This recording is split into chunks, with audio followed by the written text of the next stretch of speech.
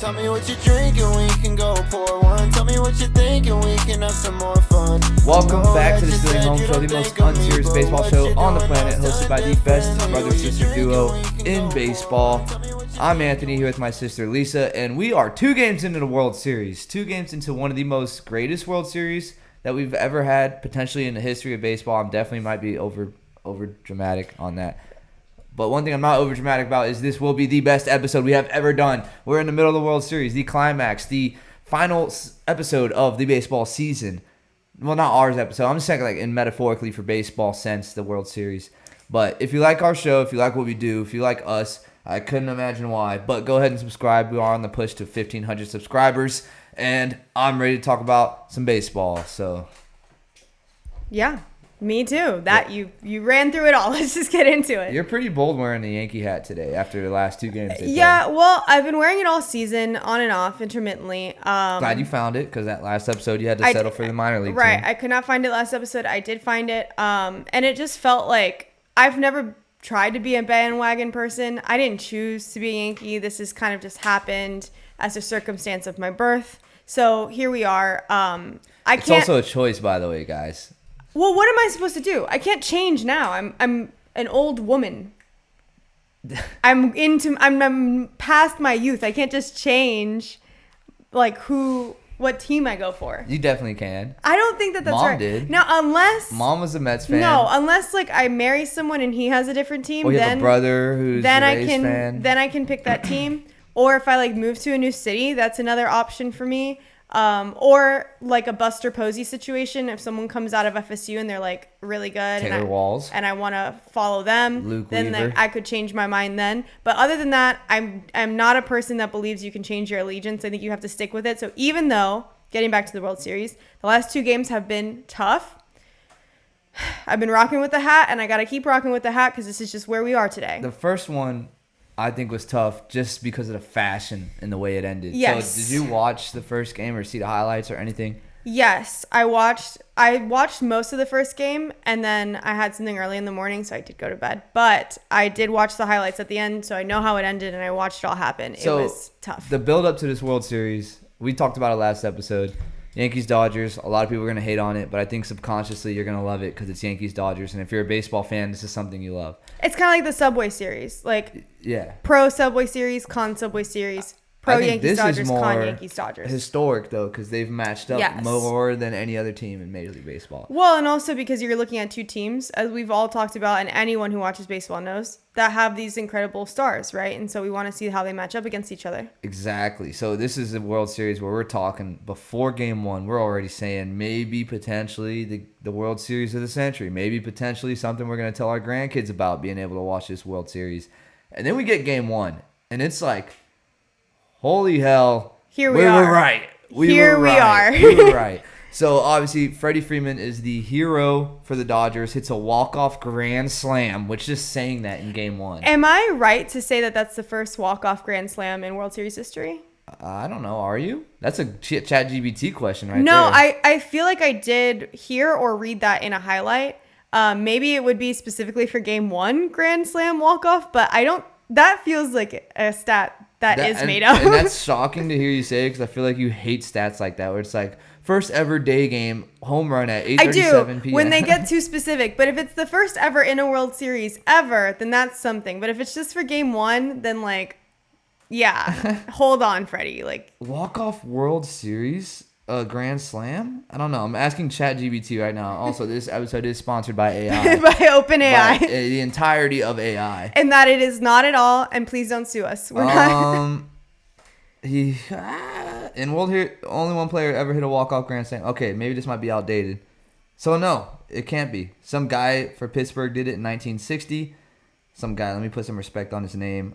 Bill Mazeroski for Pittsburgh did it. The first grand slam or walk-off grand slam? Walk-off grand slam. Okay, all right. So maybe it's just for Game 1, in which case, congrats, Freddie. In which case, oddly strange stat. Now, here's a stat that you might like. Are you familiar with the Kirk Gibson home run? From 1988. No.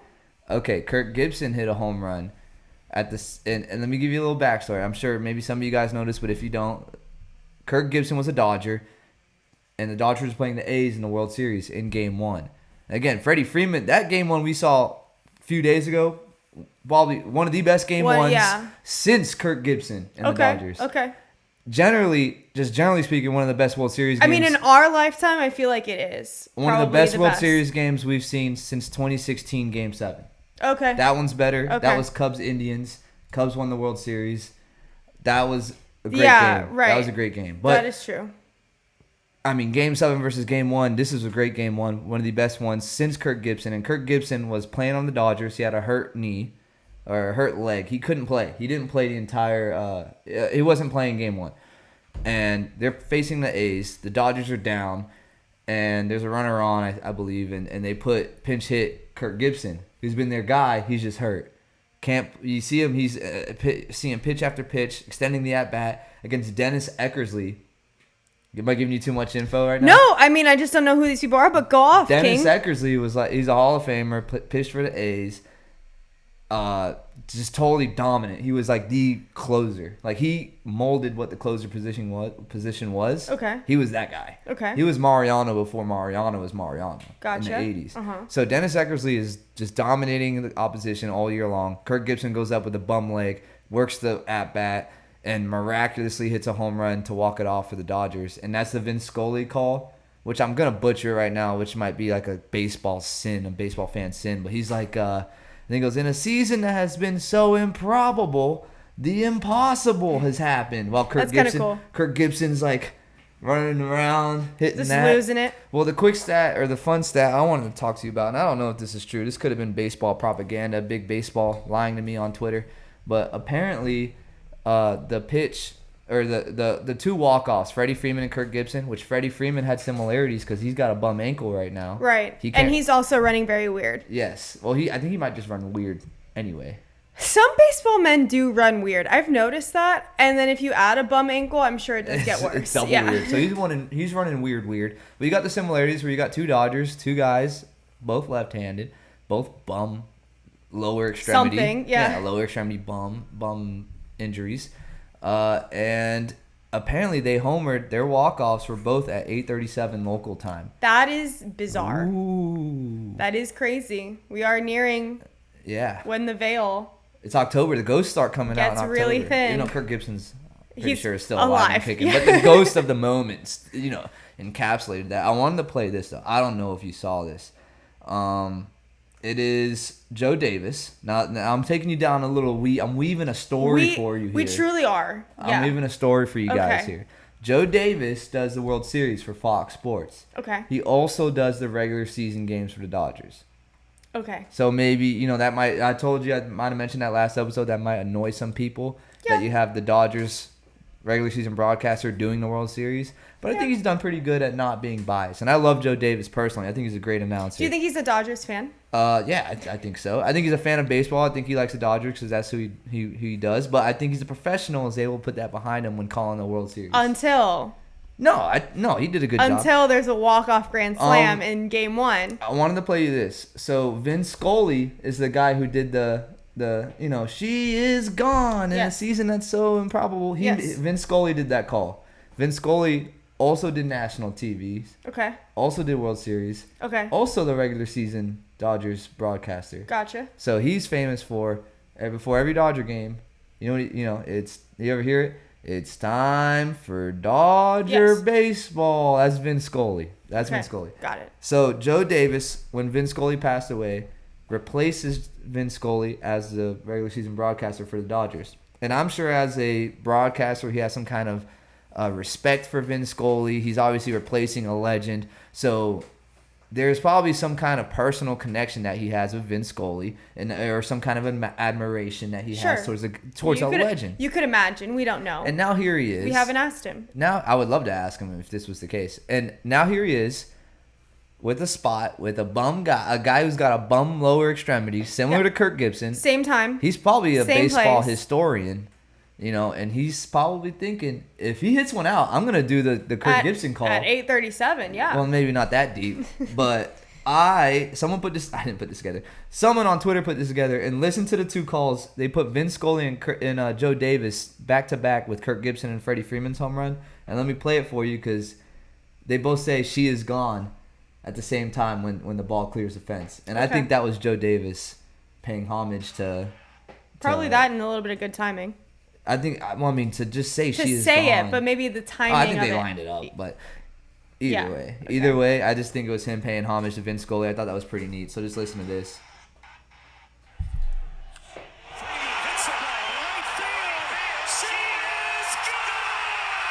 Yeah, that's definitely something. As they both limp around the field.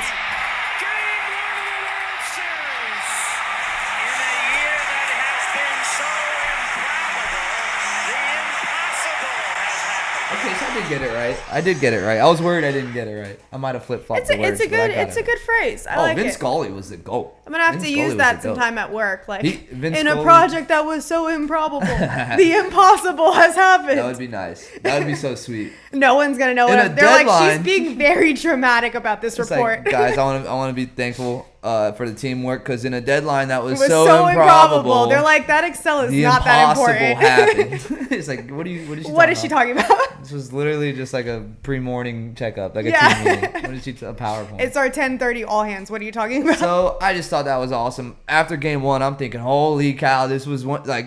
Yes, the series set off Incredible exactly how game. we needed it. Yeah. Because before the series, we're like, oh, it could be a great series. No, I think we all expected a good series. Game but one happens, bam. We're like, yes, it is. 100%. Baseball is a fickle thing. nice you know, word, you nice never word. know what you're gonna get. Sometimes it feels like things you're expecting one outcome, you get another, and sometimes it feels like Vince Scully's, put together so nicely. Things are just magic. Like things that shouldn't happen or that you aren't sure you're going to get do happen. And I think that's what we got with game one is, okay, we've got these two teams. We're not sure what's going to happen. Is it going to live up to our expectations?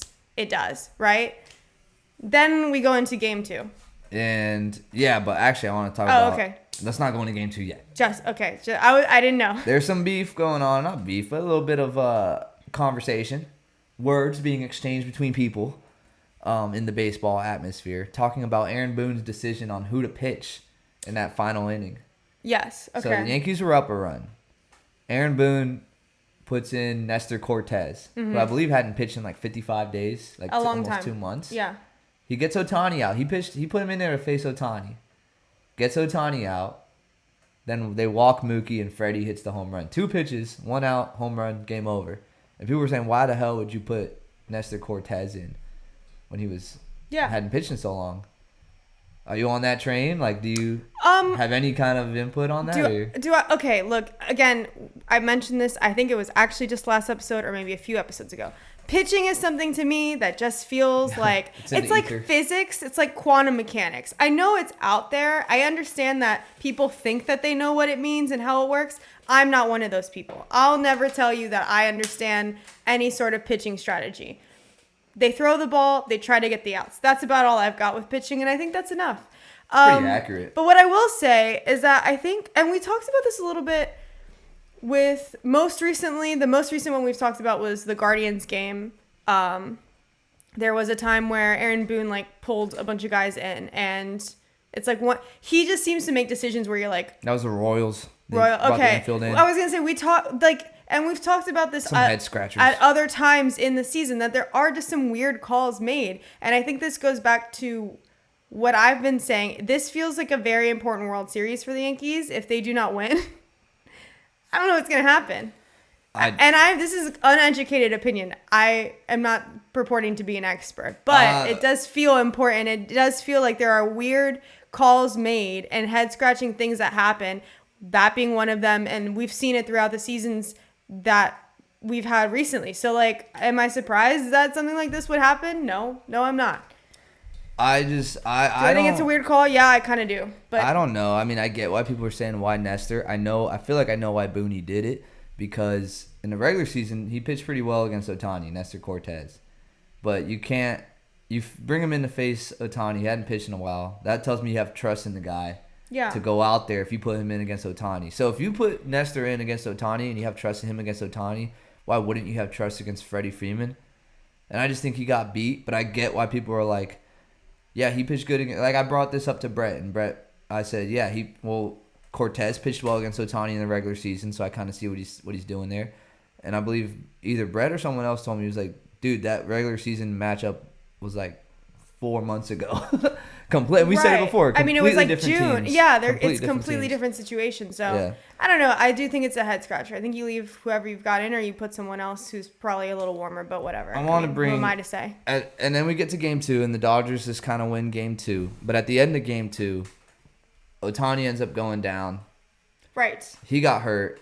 I think dislocates his shoulder on a slide, which looked kind of wild. Like, it didn't look that like any kind of injury would have happened from that. And he ends up getting hurt, goes down. But good news today, he is expected to be in the lineup for game 3. Okay, I'm actually surprised by that a little bit. I thought he might be out. I think he's probably playing hurt. There is 100%. But that just shows Ohtani is he wants to win. But we knew that. We knew that we knew when he went to the Dodgers, almost, at this point, not really, but like it feels like a year ago.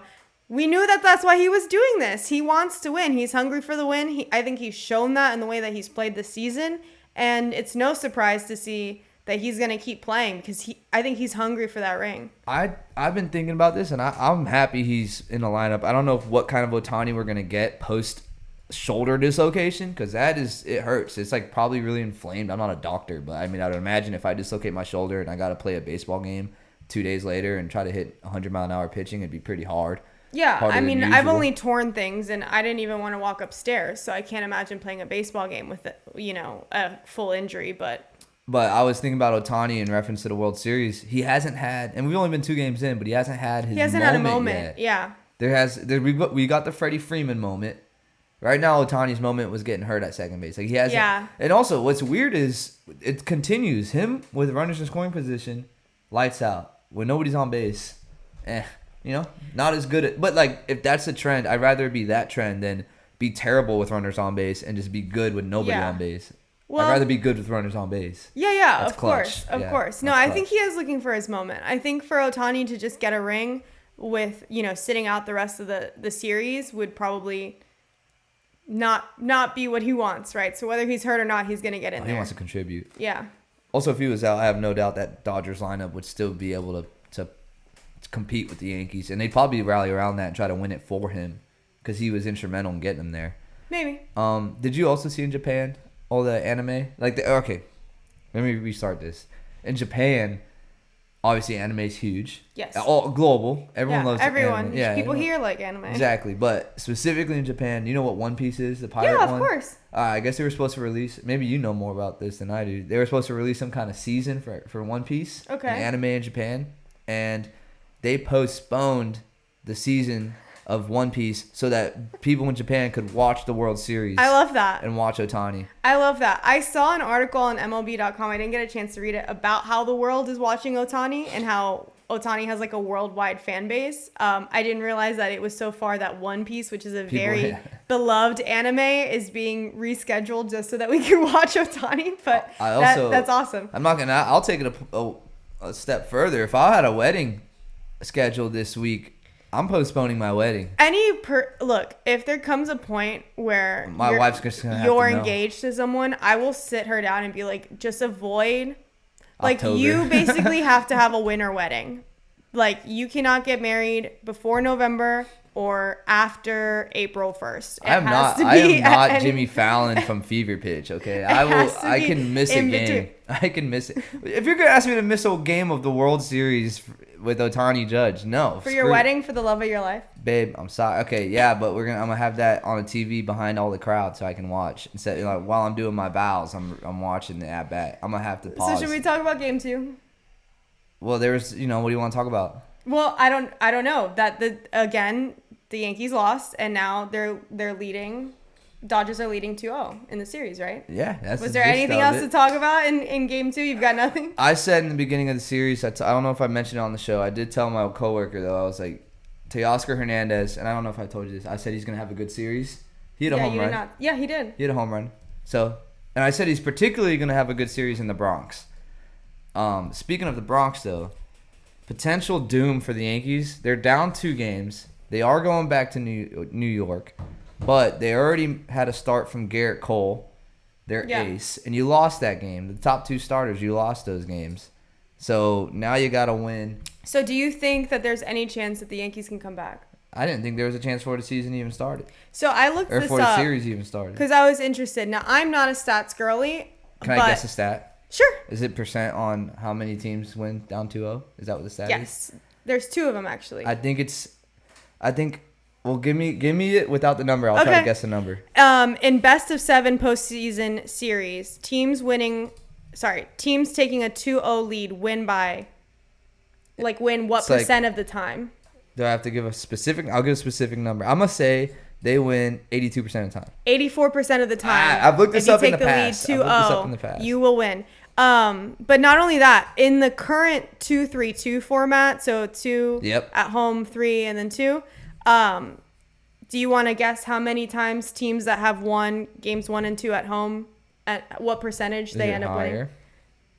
Can I get higher or lower? I'm gonna guess it's higher. I'll say it's higher. I'll go 89. 80%. Okay, it's lower. Ooh. So, but either way, there's hope for the Yankees. Either way you slice it, we're looking at tough odds for the Yankees. Now, the way probability works, if anyone's a big gambler, is obviously. I know you are. Yeah, we know I am for sure.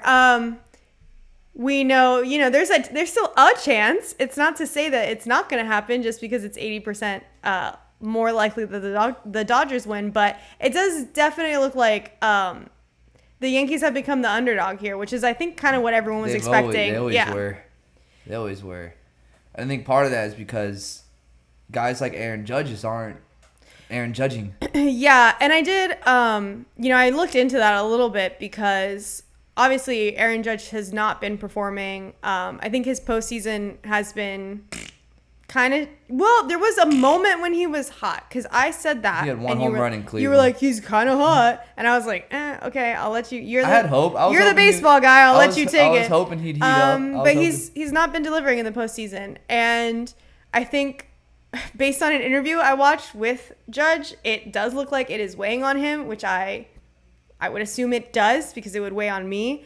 And I thought it was funny. They had like Chisholm and Soto and somebody else who I can't remember from the Yankees. And they're all like, yeah, we just really need Aaron to.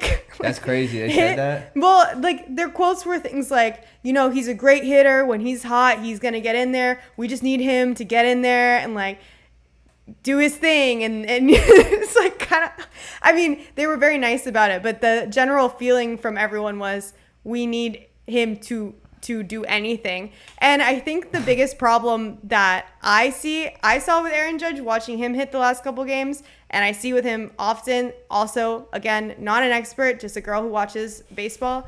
But Aaron Judge mentioned this as well, as it felt to me like he was chasing, and he mentioned himself, I need to stop chasing. I need to only swing at strikes, which I'm like, that would probably help a good game a lot. plan. Good game plan.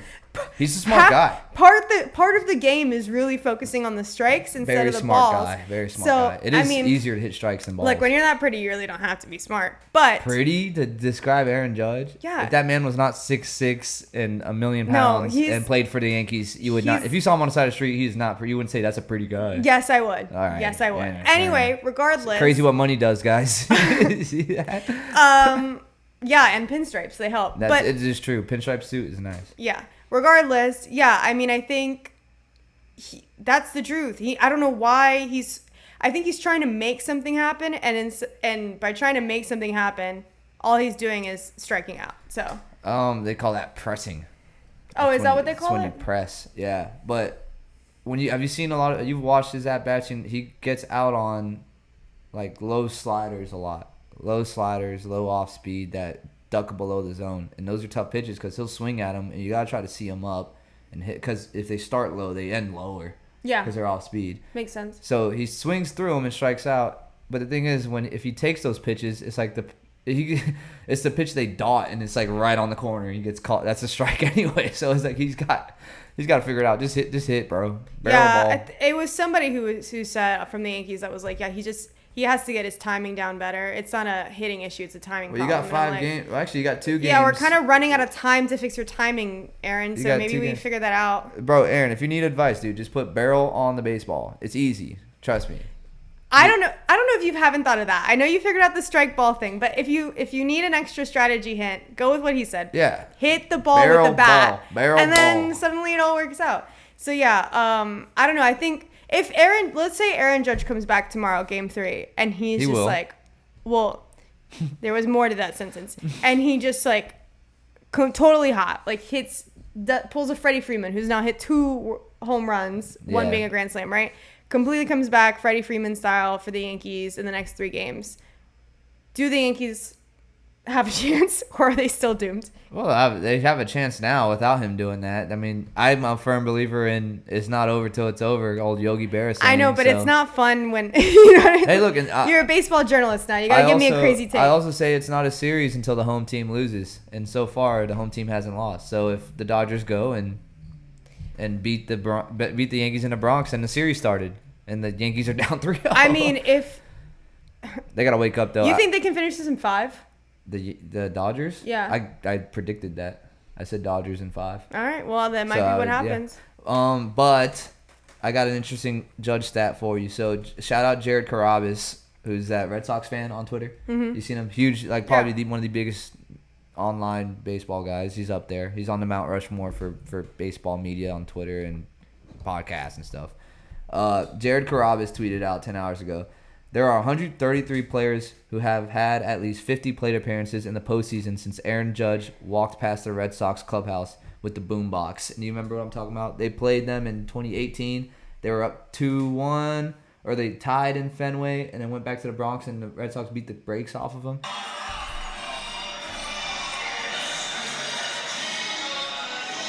Okay. Got it? Yeah. What I was playing here was Aaron Judge walking past the Red Sox clubhouse in Fenway playing the Frank Sinatra, New York song. Right. Bold move, buddy. It's a bold move. Didn't even win the series. But ever since that, out of the 133 players with at least 50 plate appearances, since that happened, Aaron Judge is 115th in batting average, hitting 172, 98th in slugging, hitting 338. OPS, he's 102nd out of 133 with 610 OPS, and he is 109th in strikeout percentage, striking out 30% of the time, 31.6% of the time. Jeez. So look. Karma, buddy. Karma. And this is something I want to bring up as well. You did that in Fenway. Fenway is an old park. 1912 is when Fenway. Are we talking ghosts? We're talking ghosts. Ghosts in the corn? Ghosts in Fenway, baby. You angered them ghosts in Fenway, and they put a hex on you. Now you can't hit. Ted Williams is all up in your head right now. You cannot hit now. You messed up. Don't tempt the ghosts. And one thing about the Yankees, I was thinking about this. Man, they're going back to the Bronx. Maybe it could be good for the Yankees. They get back in the zoo. All those Yankee fans start getting loud. I don't think so. There's no ghosts in the Bronx anymore because you destroyed your beautiful old stadium that you guys used to have. And sure, you won a World Series in 2009, but that was kind of like the ghosts in the old stadium saying, hey, this is Sayonara. The last hurrah. We'll give you this one and the new one, but we're out. Could be. And now you haven't done nothing. There's no ghosts in the new stadium. You stadium. haven't done nothing. He's turning into an old radio man from the 1920s, guys. There's no Folks, ghosts. what are we talking about here? There's ghosts in the corn. Make fun of me, but I'm spitting facts right now. There's no ghosts in that stadium, and y'all are not gonna do nothing. I think the worst thing that is true. And look, there's no ghosts. I'm a big Halloween girl. You can't have ghosts when you got leather seats behind home plate. He's not wrong, folks. Why do you need leather seats when in the playoffs you're supposed to be standing up? So what's up with the she makes fun of me, but I got substance and I'm spitting facts. So leather seats, you're supposed to be standing up the entire game. Yeah, I'm a Halloween girly, and this is the season. 'Tis the season. I think it could definitely be a problem for the Yankees that they don't have ghost power. If they were in the old stadium, I think it's a lot better for the Yankees. Oh, sure, but the Yankees have problems. 2 of those problems, one name, Aaron. Boone and Judge. They got to figure this out in New York, okay? That's nice. The Aarons in New York are not doing well. I don't know. Change your name or something. That could work too. Maybe we go by Eric's now. Well, that's what Stanton did. He was Mike Stanton and then changed to Giancarlo. And look at him now in the postseason. Oh, he's always hot in the postseason. So maybe, Hey, instead of Aaron Judge, it's like Giuseppe Judge or something. I don't know. I'm happy that this is happening because, Giancarlo is actually his real first name. Oh, is it? He went by his middle name. Then why'd he go by Mike? Oh, yeah, okay. Mike. Got it. Because he didn't like Giancarlo. He would mispronounce it. But then when he made it to the show, he's like, no, I'm going to go by Oh, yeah. Okay. I dig that. Yeah. But no, I don't know. It's just no ghosts in that old new stadium. It's leather seats. It's all fake. Well, you need the ghosts to protect from the other ghosts, right? So if the ghosts from Boston are attacking the Yankees and they don't have their own ghosts, then you have a problem. But you got no ghosts. Now check out Netflix has a documentary now on the Yankees. Or actually on the Red Sox. On the comeback of the Yankees. But I brought up the Yankees because the first episode. The 04 Red Sox? Yeah, where they came back down 3-0. But talk about ghosts. The Red Sox know about those Yankee Stadium ghosts at the old stadium. Right. And if you look at the first episode of that documentary, which I highly recommend, it's been pretty good. I haven't watched all of it yet. But the first episode talks about it shows how good the damn Yankees were. How good they were. That is not who these guys are. No, it's not. And I don't care. They could come back and win the World Series, but they're still not those Yankees. No. They're still not those Yankees. No, and why do you think that is? Like, what really changed? They don't win. Wow, what a great and productive conversation. It's the truth. I mean, Jeter and those Yankees won. These guys don't win. Jeter and those Yankees just kind of whooped ass. But I think there's more to it than just... When you look at the parts and the pieces of the Yankees... They don't got the dog in them. Right. I was going to say, when you look at it, I mean, you watch...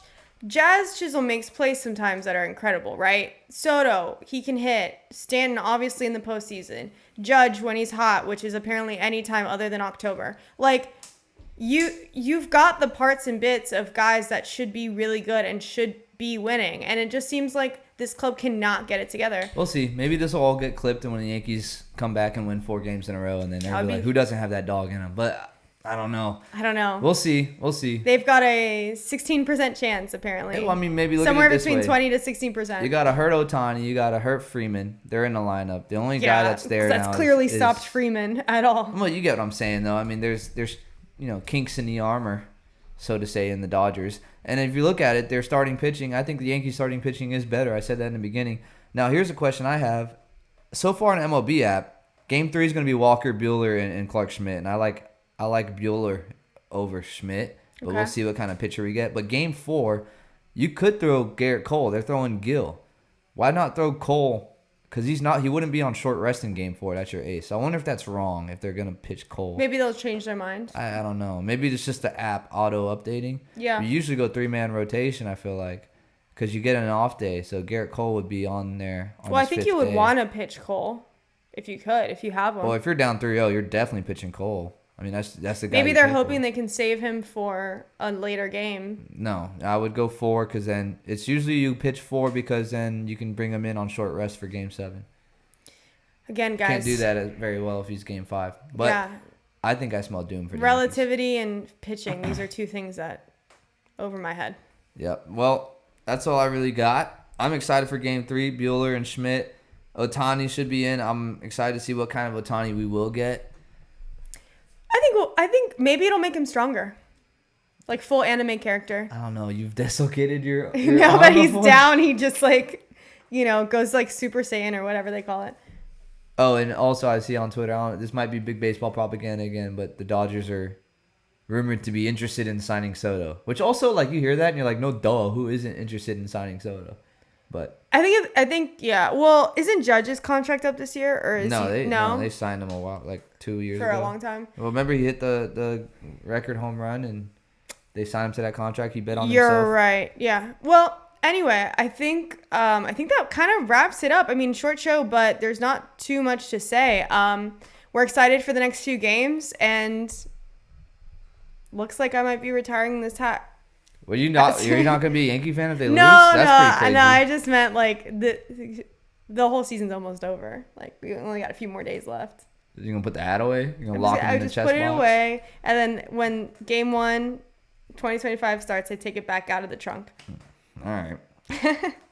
Whatever. All right. Well, if you like what you have seen, make sure you rate, subscribe, leave a comment, do all the things. Thanks for watching, and we'll see you in a couple days. Tell me what you're drinking, we can go pour one. Tell me what you're thinking, we can have some more fun. I know that you said you don't think of me, but what you're doing now is telling different. Tell me what you're drinking, we can go pour one. Tell me what you're thinking, we can have some more fun. I know that you said you don't think of me, but what you're doing now is